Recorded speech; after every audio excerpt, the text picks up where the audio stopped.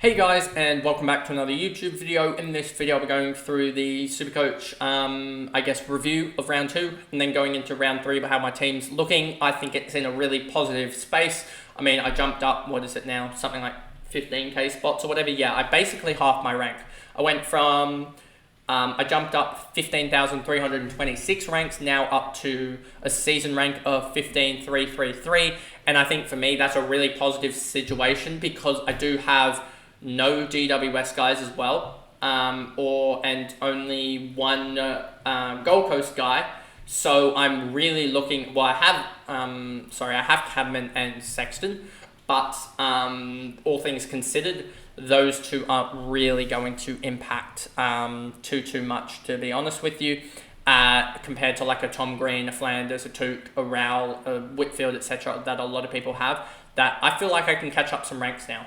And I feel like I can burst into the top 10, hopefully even top 8k, 7k. I reckon that's possible, and that could really set me up. But before we get into this video, remember to like and subscribe, turn the notification bell on. It's been really good growth recently. We did have a little bit of a blip for a couple of days, but we're back on that growth train.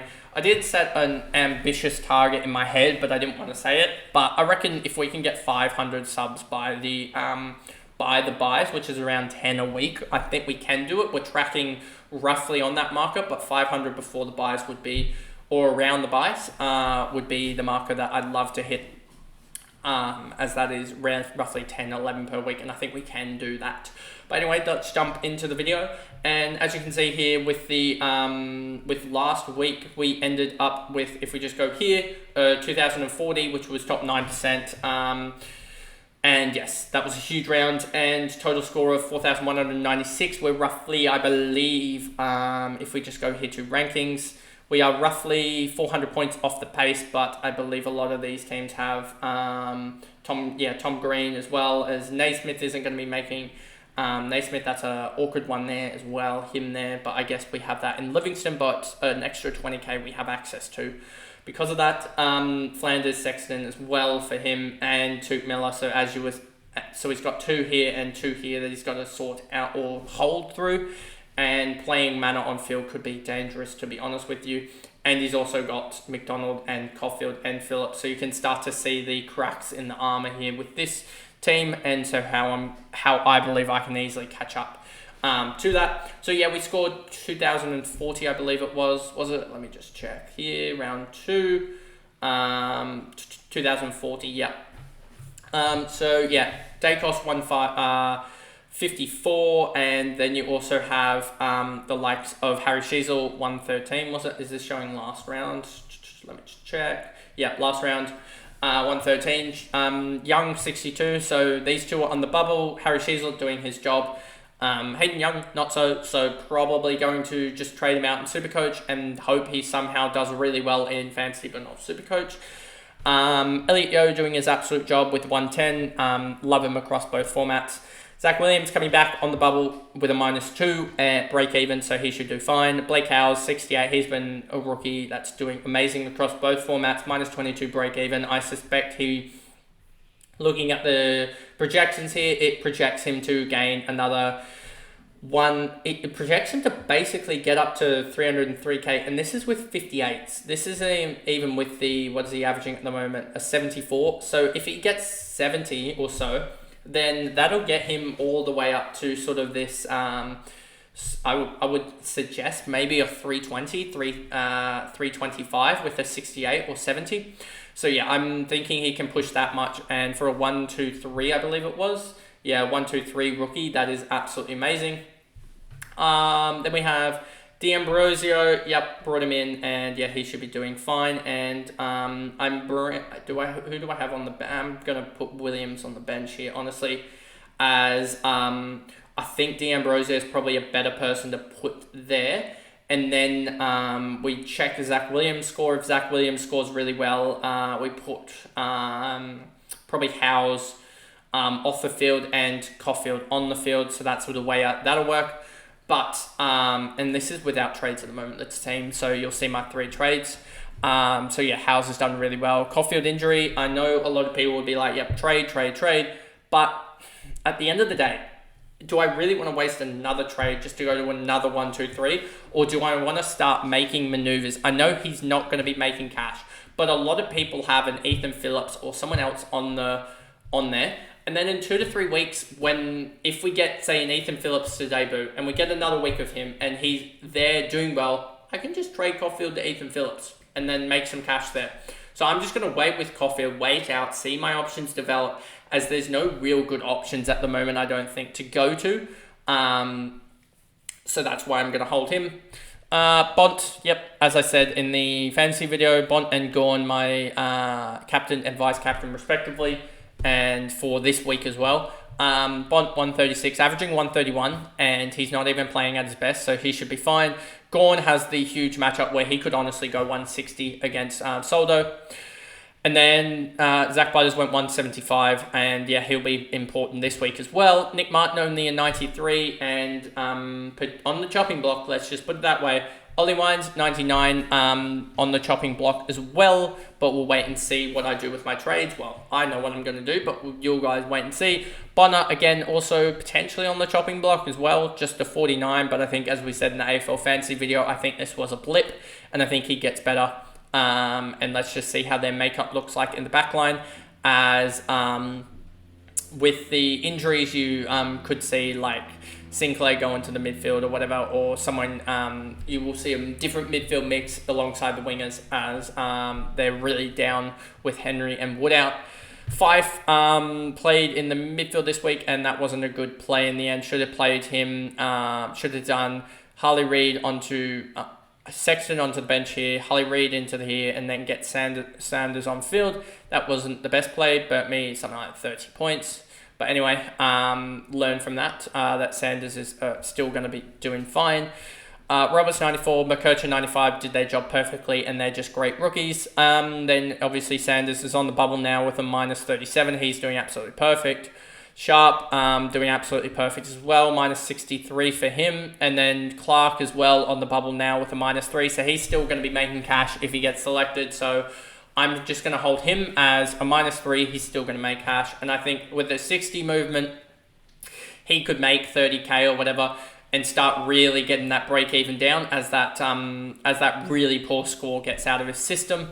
You know, if we look at this, I don't think it'll project 22. I think that projection will go up, and I think you'll start to see that break even, as you can see here, minus 3, minus 5 with the 22, you'll start to see that break even really drop through the floor, and that'll help him to get up towards that 200k or so.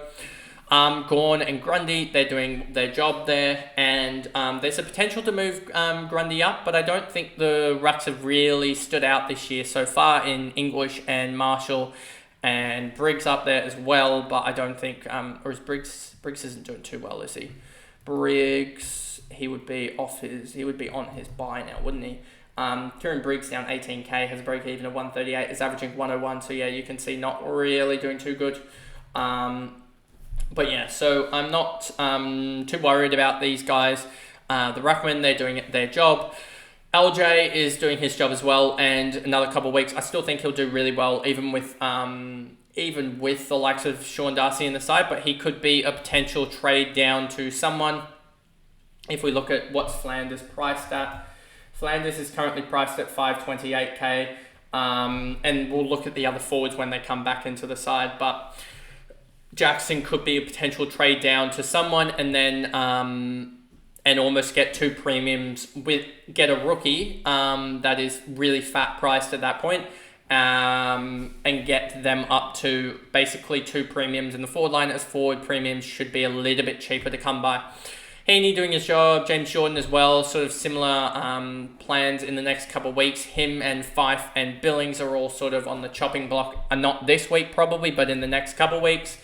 And then Cadman is still going to make cash next week, and Sexton had a role change mid-game, and I think it just is dour straits for him, so he's on the major chopping block. Harley Reid, he's an impact player, so he's probably going to do better in Supercoach than in Fantasy, to be honest with you. And so yeah, I'm not too mad about sort of holding him on the bench. I don't think I'll probably ever play him on field unless someone has a stinker and I can sort of chuck him on field and or emergency the person that had a stinker and put Harley Reid on field, but that's the only real reason I have him.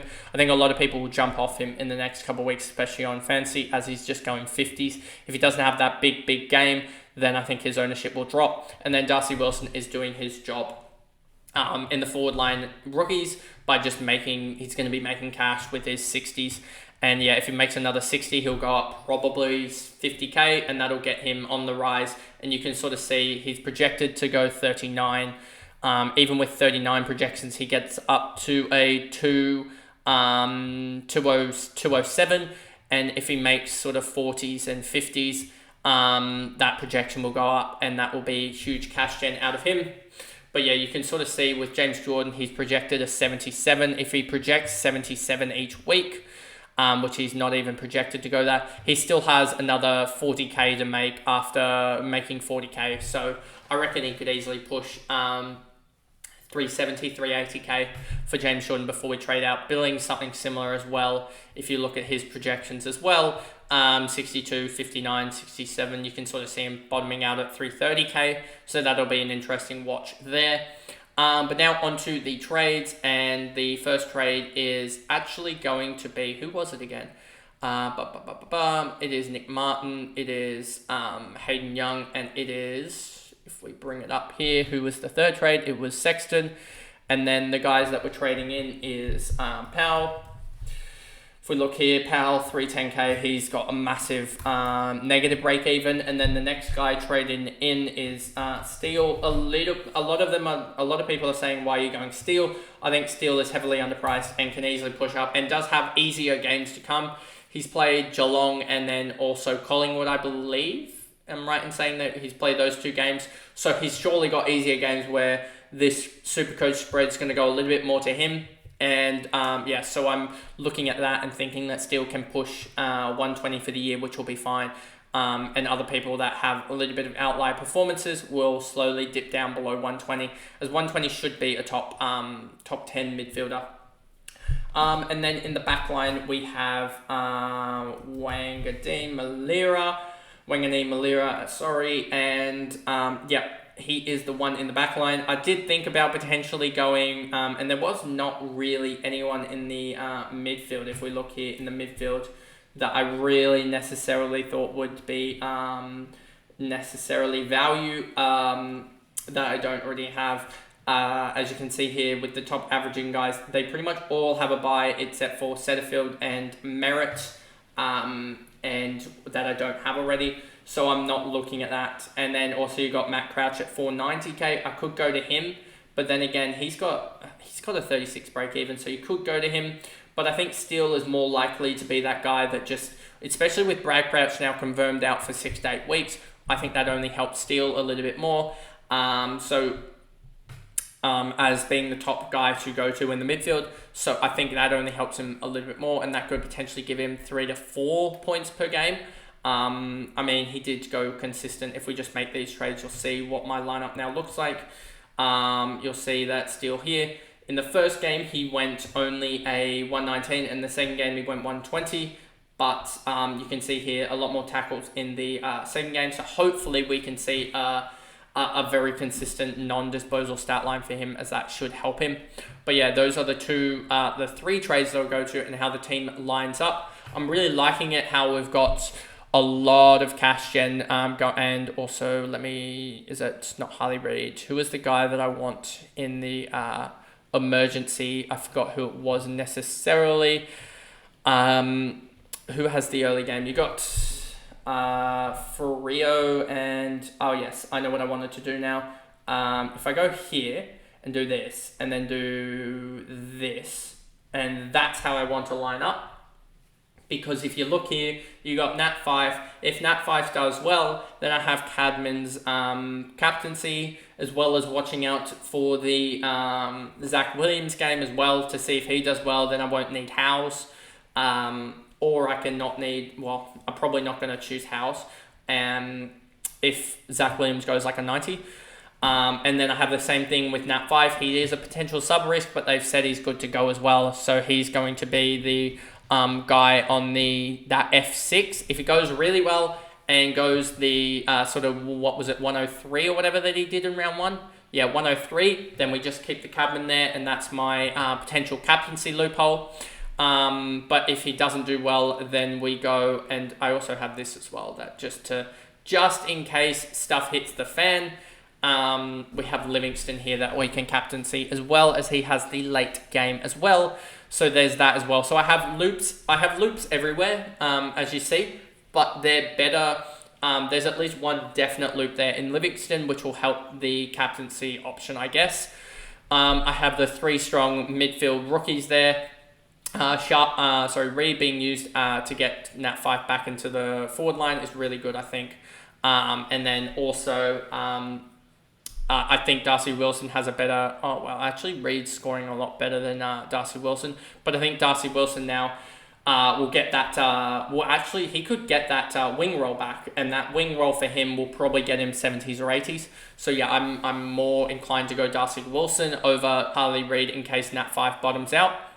But that is basically the side.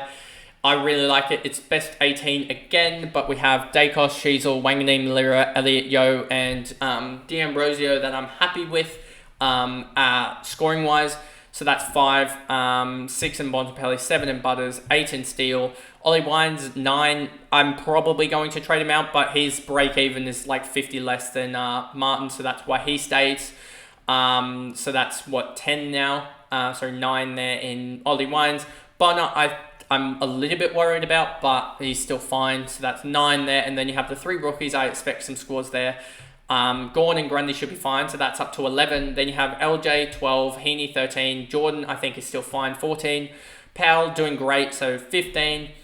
Billings, sort of So you have 15 guys. And then you have Billings, Fife, Bonner, Roberts, McKercher, Sanders, Howe, or Williams to score well, and that 5 could be Fife or Wilson. So there's plenty of options to also, in case something hits the fan, the rookies will, I think, cover me enough. And then we just get into basically upgrade season. I think by then, where you might have something like a Fife down to a Darcy and then a Bonner up or something, or a Fife and there's plenty of different options. But yeah, I'm looking at that, potentially Bonner up, potentially not a House yet, or a Williams. So yeah, it'd probably be Bonner. It could be something like a James Jordan, a Fife, and a Bonner up to something, or just a Fife down to a Darcy, and an Ollie Wines up to someone else. But yeah, that is basically the scenario there. The plan is to get probably a 4th big mid in next week, and then sort of roll with it and look at how everything's going. But that is basically the SuperCoach video. I feel like I'm in a really good position in SuperCoach and should really enable me to go really well next week. So next couple of weeks, I hope that my mid prices are making a lot of cash. I should be ticking over to 11 million in the bank, or sorry, not in the bank, in team value in general in the next week. And then hopefully we get up towards that, like some other channels have been saying. 14 million seems to be the knockout blow for team value. And I think with all the mid prices and rookies that I've got, I think we should be making enough cash to do that. But anyway, that is the video, and I guess I'll see you guys in the next one. Bye, guys.